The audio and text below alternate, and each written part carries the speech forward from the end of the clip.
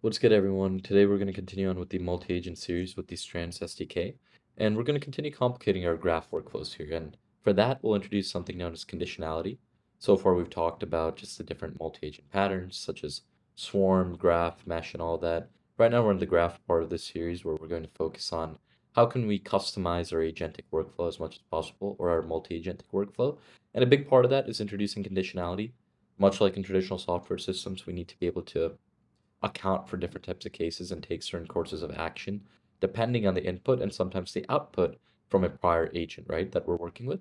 So we'll introduce something known as conditional edges, how those are implemented in the Strands SDK. We'll talk about how we can build graph workflows with conditions. And then I'll give some context around the hands-on that we'll be getting with, once again, a very simple example. The point of the series is to give you some samples that you can then build upon. I'll make future videos, maybe like a bit of a longer video where I give different ideas that you can kind of do in terms of kind of like building your own multi-agent systems or how you can expand from these. So with that being said, let me hop to the whiteboard as always, just to give a bit of a theoretical overview, and then we'll mostly be diving into the code for today's video at least. But for conditional edges, right, with graphs, if we remember what a graph is, right, it's a collection of nodes, and these nodes are basically agents or tools that you might be working with. And this will be true regardless of whatever framework you use. We're using Strands in this, if you're using LangGraph or CrewAI, right? Depending on how complex you want to make your workflows, these are concepts that you can introduce. And like I said, I'll make series around those as well. What connects each of these is edges. And this is what brings together kind of the communication between the different agents or tools that you might be working with in your system. And then you also have, right, specifically state. And this is kind of a key thing that we need to think about, especially in multi-agent systems, because state is really kind of when we present a input, right, it might get a little lost in all this because we have multiple agents. When we present a user input, we often update it with information with each agent and the action that it's taken, essentially. And we need to maintain that state so that the next agent has that information. So for example, if you have a counter variable and one of your previous agents in the workflow updated that to 1, your next agent needs that updated state to be able to properly do the functionality it needs to be working with there.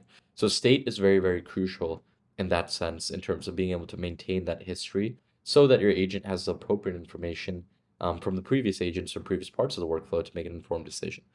Now, specifically with edges, something called conditional edges, and for those of you that are programmers, this will be pretty like familiar. Conditional edges is basically saying, in the case of this type of scenario, maybe execute this agent or this workflow.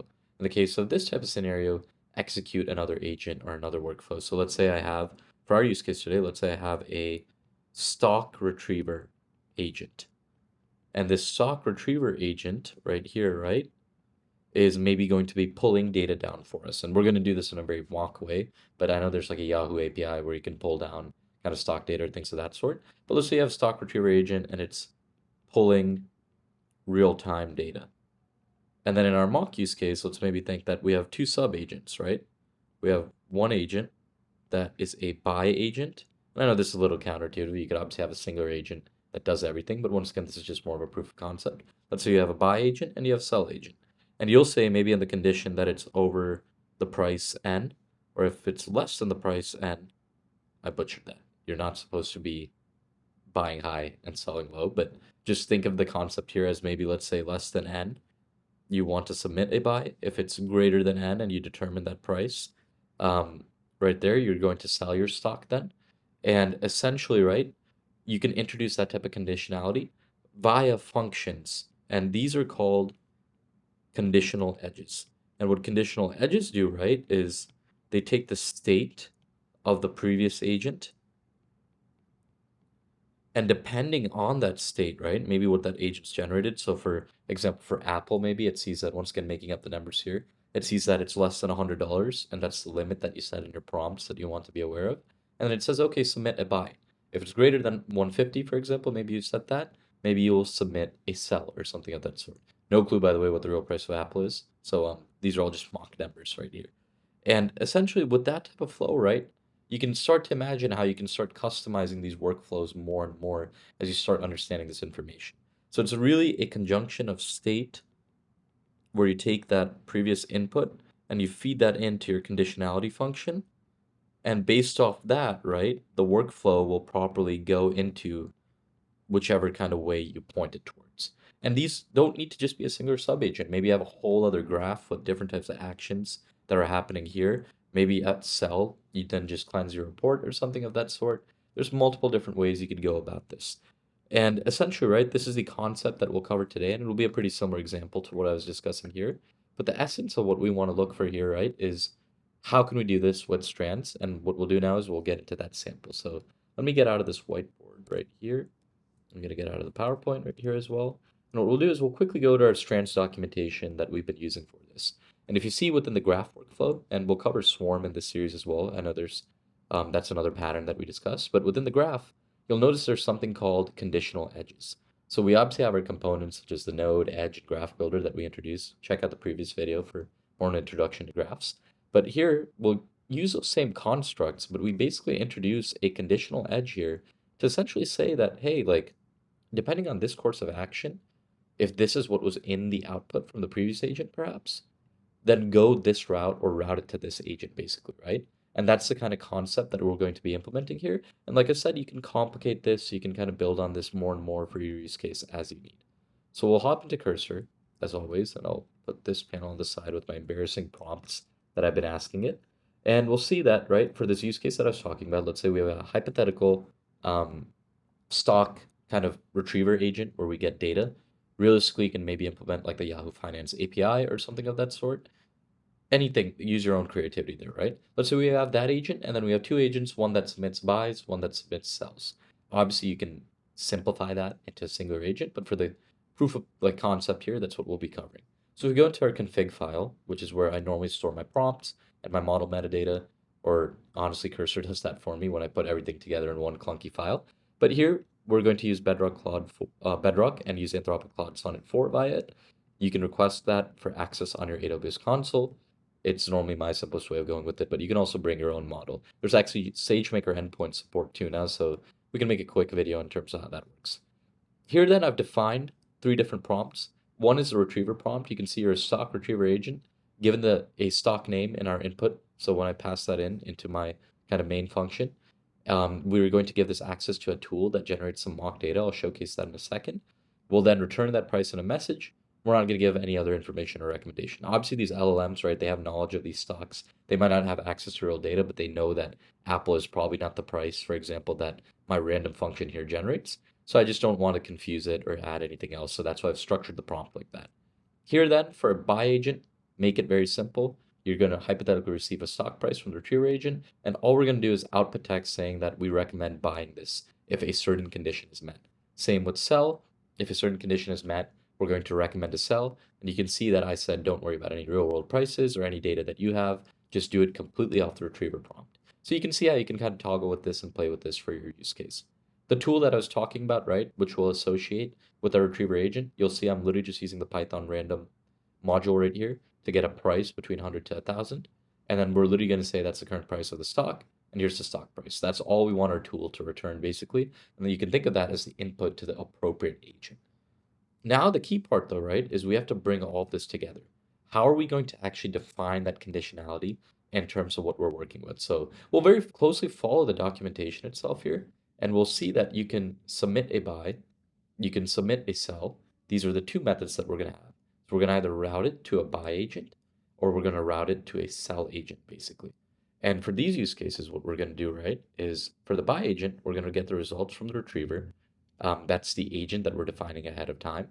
And with the buy agent, we're then going to parse whatever content was there. So if you remember in this tool, we're returning this, right? That's what our retriever agent is going to have as its output. And with our buy agent, what we're going to do is we're going to parse the output from that. And essentially what we'll do is, this is just some kind of deserialization that we're doing of the output text.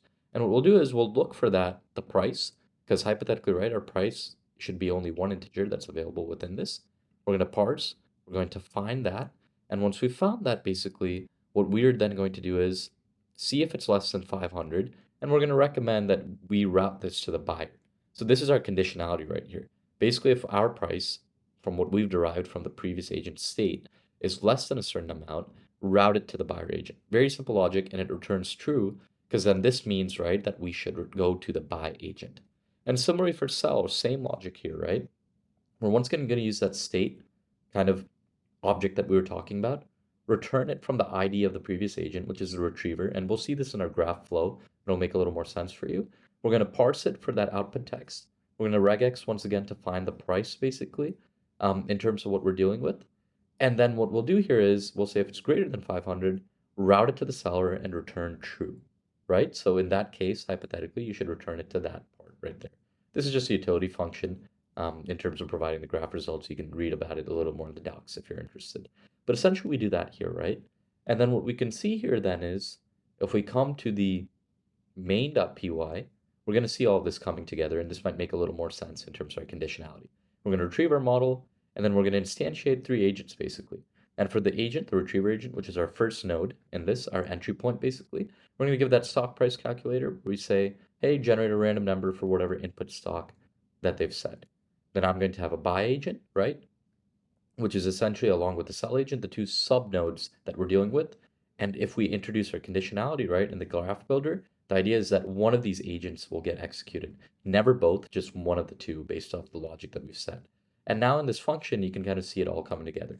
We have the same functionality as we did with our sequential. We add our nodes, which is our agents, and then we give this ID right here. And if you notice in the util functions we defined, the state you retrieve using that agent ID that you've basically defined here. That's what's going to happen, basically. That's how it understands where to grab the state from. So we add 3 nodes, which are our 3 different agents. We give the appropriate IDs there to our graph builder object, which is what is going to construct all of this in strands. And then the new thing that we introduce here is adding conditional edges. So we say from retriever, you can go to buyer, or from retriever, you can go to seller. And the condition for this is the submit buy and submit sell. So these functions are then evaluated, and if it's returned as true, then it will go to the buyer and seller. And that's where we have our business logic that we've defined, right? We say execute this in this case and execute that in this case, right? That's essentially what's happening there. And we can set this entry point then to the retriever, and we'll build out this graph that we're working with, this conditional graph that we're dealing with. And now if we come, right, to this main function, you'll see more of the same is happening here, just in terms of bringing this all together. The sample prompt I'm going to pass in is I want to see what to do with Tesla stock, get the stock price, and make a decision to buy or sell. And then using that utility function we talked about, we'll basically parse all the different results that we're working with and bring it together. So if I run this right here, Python 3 main.py, you should see that it'll basically go through the kind of the things that we've defined. And this is just some neater formatting that I've done. And it'll say, I'll get the current stock price for Tesla for you. It's going to utilize that stock price calculator. Remember, Retriever's going to do that. It decided that it was 937, and since that's greater than 500, it routes to our seller, basically. And you can see this, and then it says recommend sell for Tesla at 937. This is the format that we talked about in our Retriever prompt, right? So basically, all of that is being introduced there. And then you can also see, if you notice, within the utility functions here, you can kind of print out the different nodes that were executed and things of that sort. So in our case, it should always only be 2 nodes, retriever and then seller or buyer. And you'll see in this case, the execution order was retriever, and then based off conditionality, it was determined to use the selling agent, and that's what executed. So 2 nodes were basically executed there. And then you can see different kind of parameters if you want to load test or benchmark this more in terms of execution time, maybe the tokens that you're using or things of that sort. Now, that is in essence a very simple conditional example. You can imagine this can get a lot more complicated where you might have even more conditionality from that edge in terms of what might be happening or things of that sort. So what you really want to do is, right, you really want to lay out and maybe draw out your architecture first. That's normally what I always do. And then once I have a better idea, basically, I'm able to kind of map this into the graph builder because this is just the API at the end of the day. Once we have that flow in terms of our business logic and what we want executed, then it's very simple to map this over. But I'd always recommend kind of drawing it out. Obviously, this is a very basic, simple use case, but once you draw it out, you'll get a better idea in terms of everything you're dealing with, and you can have a pretty solid understanding before you're programming it. But yeah, at a high level, that's mainly what I had for today. Nothing much else that I want to introduce for this, but take a look at this example. Just maybe build your own conditional workflows. Think about things where multi-agent flows where you might need some sort of conditionality. You can build off of this, use this as a bit of a sample, and what we'll do is we'll also continue to build off it. I know these are more rudimentary samples. This is me trying to give you all the foundations. And what we'll do is as more updates also come to the Strands SDK, right, we'll document that in future videos, and then I'll also continue to cover different kind of multi-agent patterns. We haven't talked about parallel processing yet, so that's probably going to be next, but we'll overview that, we'll talk through that, and we'll see how we can build more complicated real world examples so that you can kind of scale up your knowledge with this. So yeah, that's mainly what I had for today. Thank you as always for watching. Feel free to leave a like and subscribe if you enjoyed the video. And if you have any questions or doubts, leave it below in the comments or reach out to me directly whenever. And I'll make sure to get back to you. Thank you as always. Have a good day.